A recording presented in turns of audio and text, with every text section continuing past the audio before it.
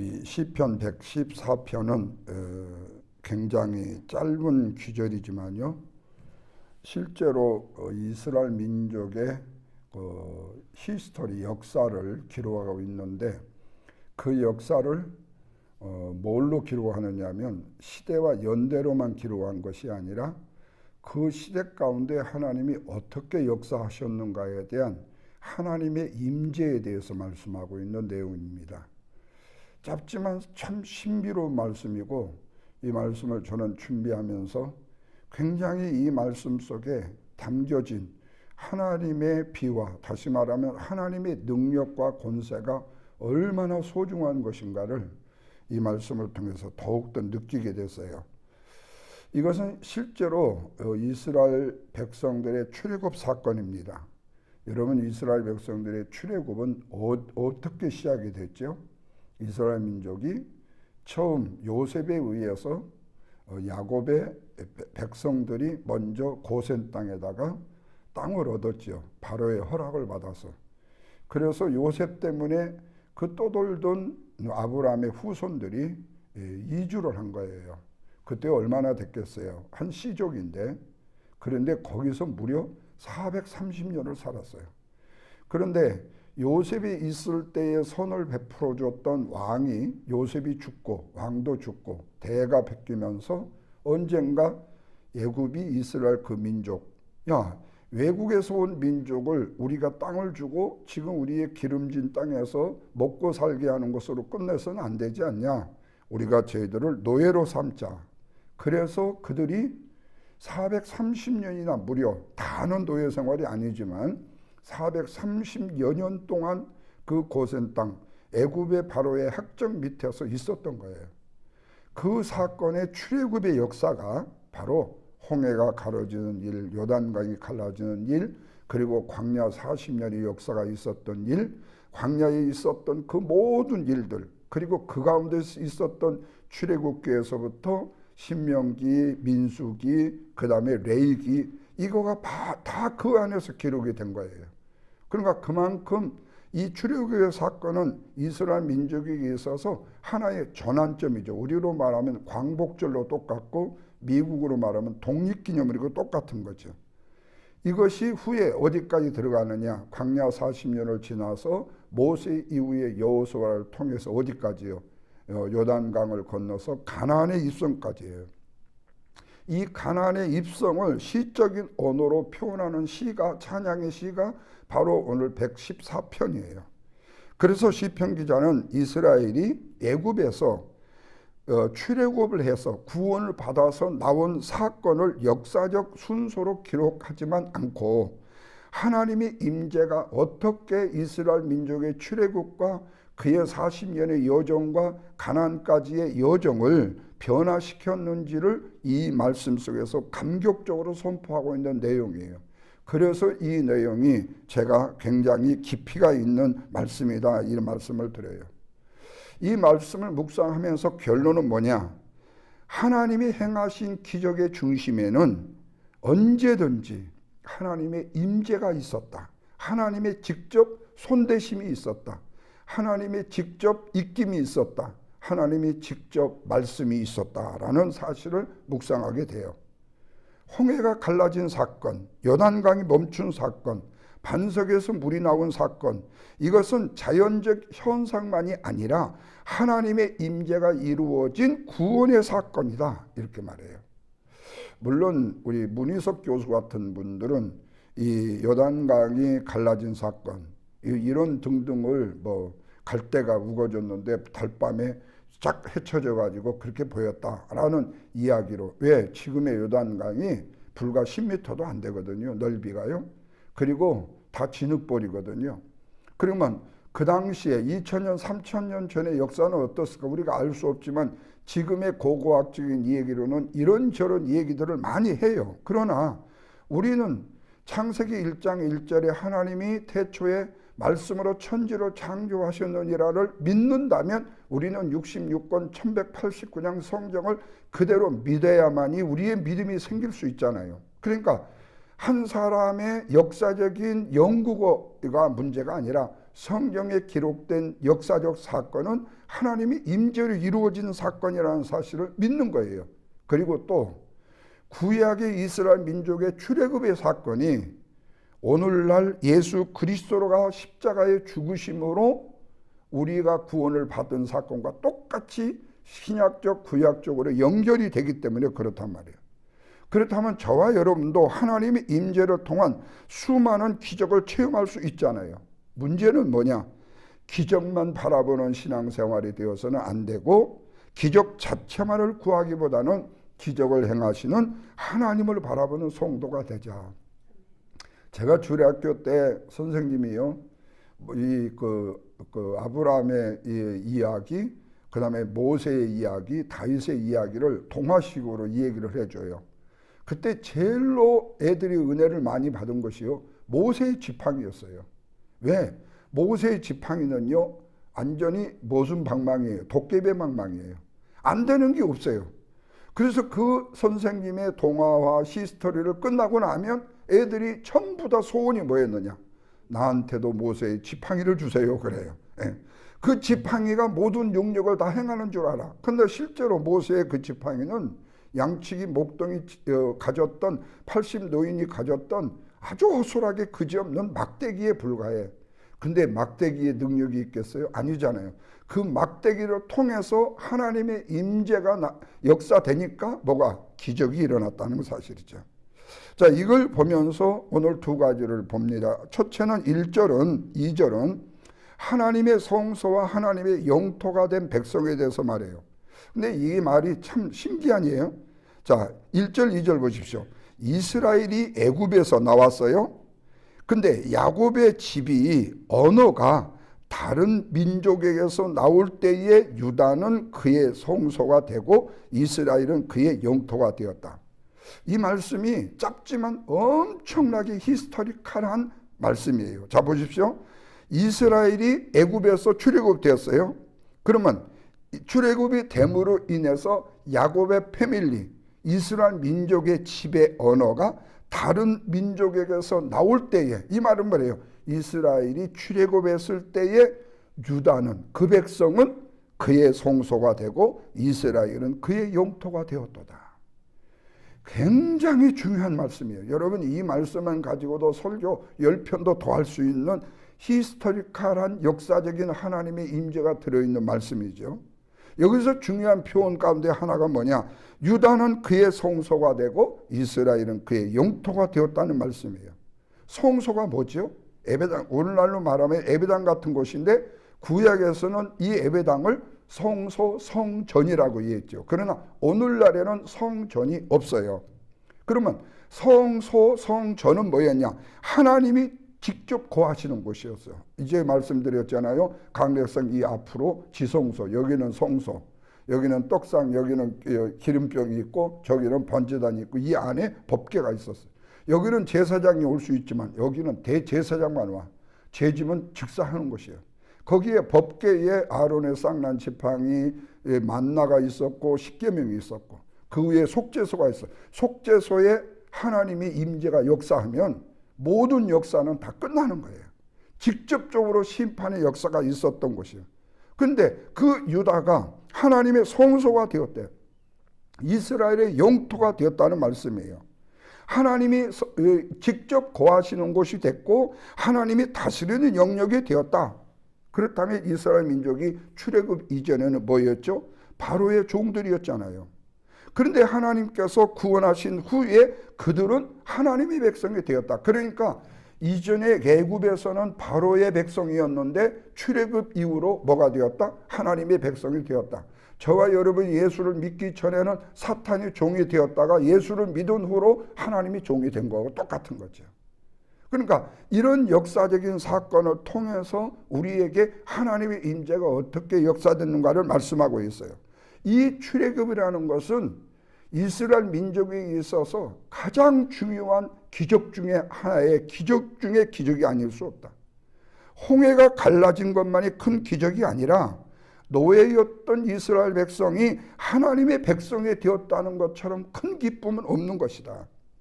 하나님은 단지 그들에게 애굽에서 출애굽만 시켜준 것이 아니라 자신의 거처로 삼았다. 하나님이 내가 이스라엘 백성들과 함께 하겠다. 그들의 고난과 함께 동거하고 그들의 축복과 함께 동거하고 그들의 삶과 함께 동거하겠다. 그 역사가 뭐죠? 오늘날 하나님이 저와 여러분의 삶 속에 함께 거하는 거잖아요. 세상 사람들은 우리가 살아가는 삶의 모습을 봐요. 집안이 지저분해요. 집안이 좀 그래요. 제가 치우지를 못해요. 사람들을 볼 때 저 사람은 왜 못 치워? 그러나 하나님은 알아. 내가 네 모든 형편 알아. 네 모든 사정 알아. 그래 지저분해도 괜찮아. 내가 너와 함께 있으면 돼. 네가 나와 함께 있으면 돼. 이게 하나님의 역사라는 거예요. 그렇다고 청소하지 말라는 얘기는 아니고요. 예.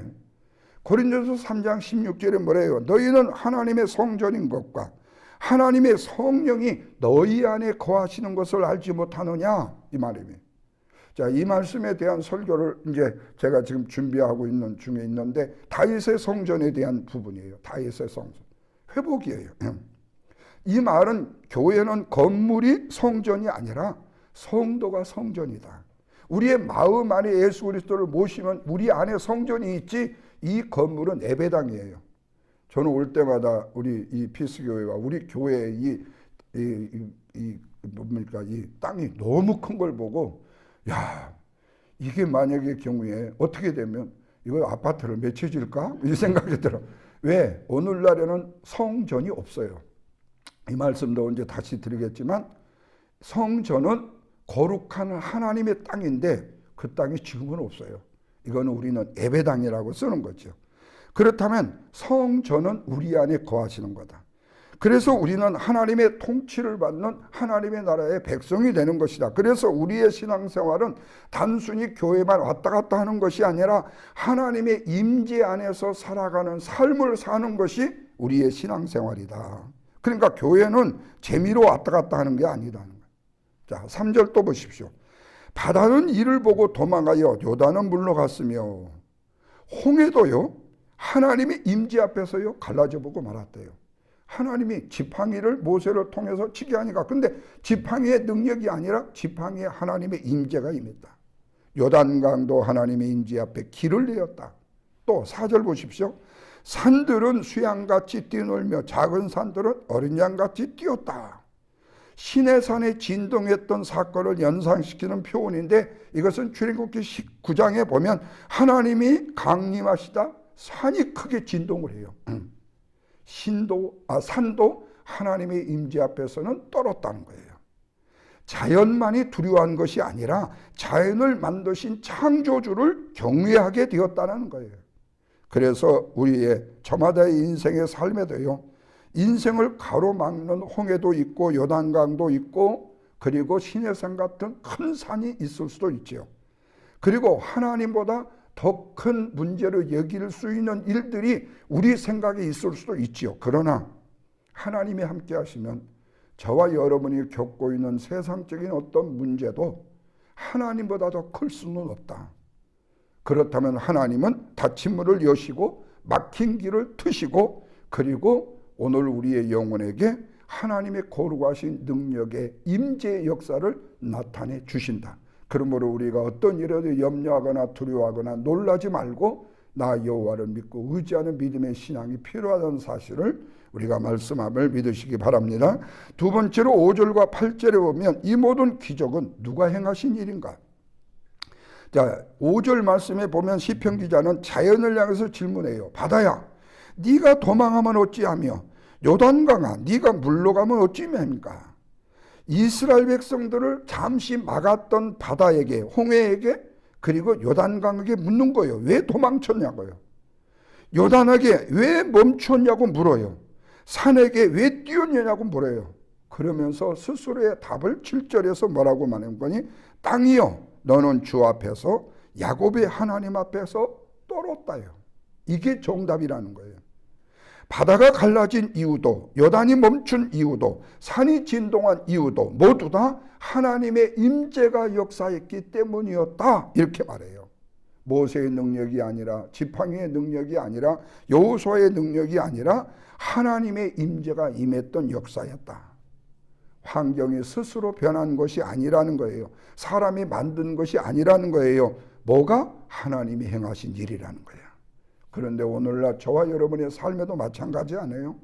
우리가 때로는 기적만 바랄 수도 있지만 성경은 기적보다도 믿음의 주여 온전케 하시는 예수를 바라보라고 말씀해요. 하나님이 함께 하시면 기적은 자동적으로 따라오는 결과이기 때문에, 그래서 8절에서 이렇게 말해요. 반석을 변하여 연못이 물못이 되게 하시며 차돌로 샘물이 되게 하셨다다. 사람 눈에 가장 단단한 것이 뭐죠? 반석이에요. 근데 하나님께서는 그 반석을 쳐서 그 안에서 뭐를 내게 하신다? 생수도 흘러 보내신다. 광야에서 물이 없는 것이 문제일 수 있지만 그게 문제가 아니에요.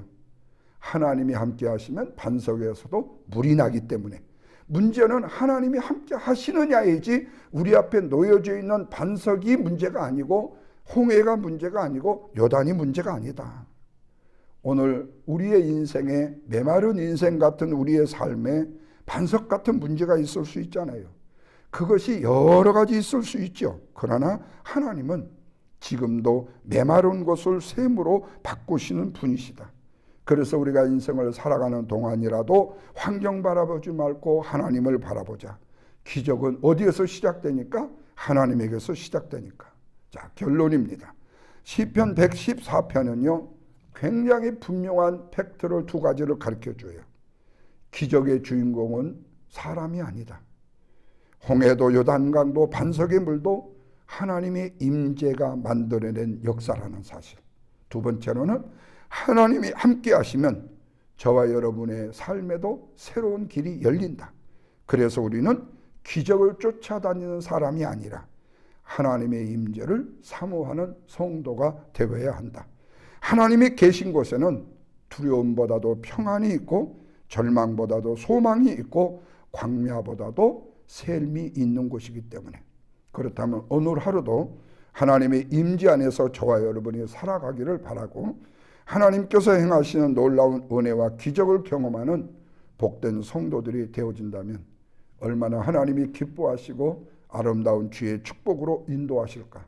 그 은혜와 은총을 이 아침도 저와 여러분이 주님의 임재 속에 누리는 주의 축복이 있기를 주님의 이름으로 간절히 축원을 드립니다. 기도합니다. 거룩하신 하나님 아버지, 이스라엘을 애굽에서 구원해 주시고 홍해를 가르시며 요단강을 멈추게 하셨고 반석에서 생수를 내신 하나님께서 오늘 또 우리의 삶 가운데 함께 하심을 믿습니다.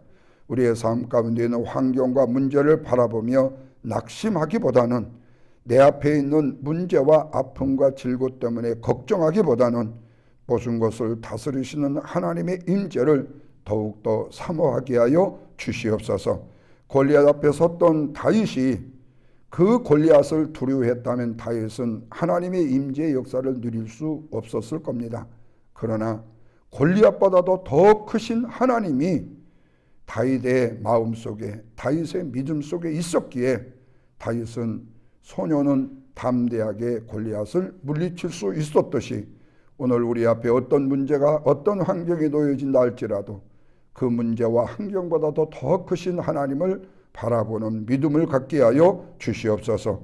우리 사랑하는 성도들의 가정과 교회가 하나님의 성소가 되게 하여 주시고 우리의 삶이 하나님의 통치를 기쁨으로 받아 거룩한 영토가 되게 하여 주시옵소서.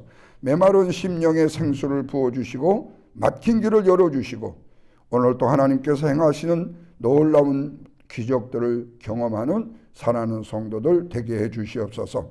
무엇보다도 특별히 간절히 소망합니다.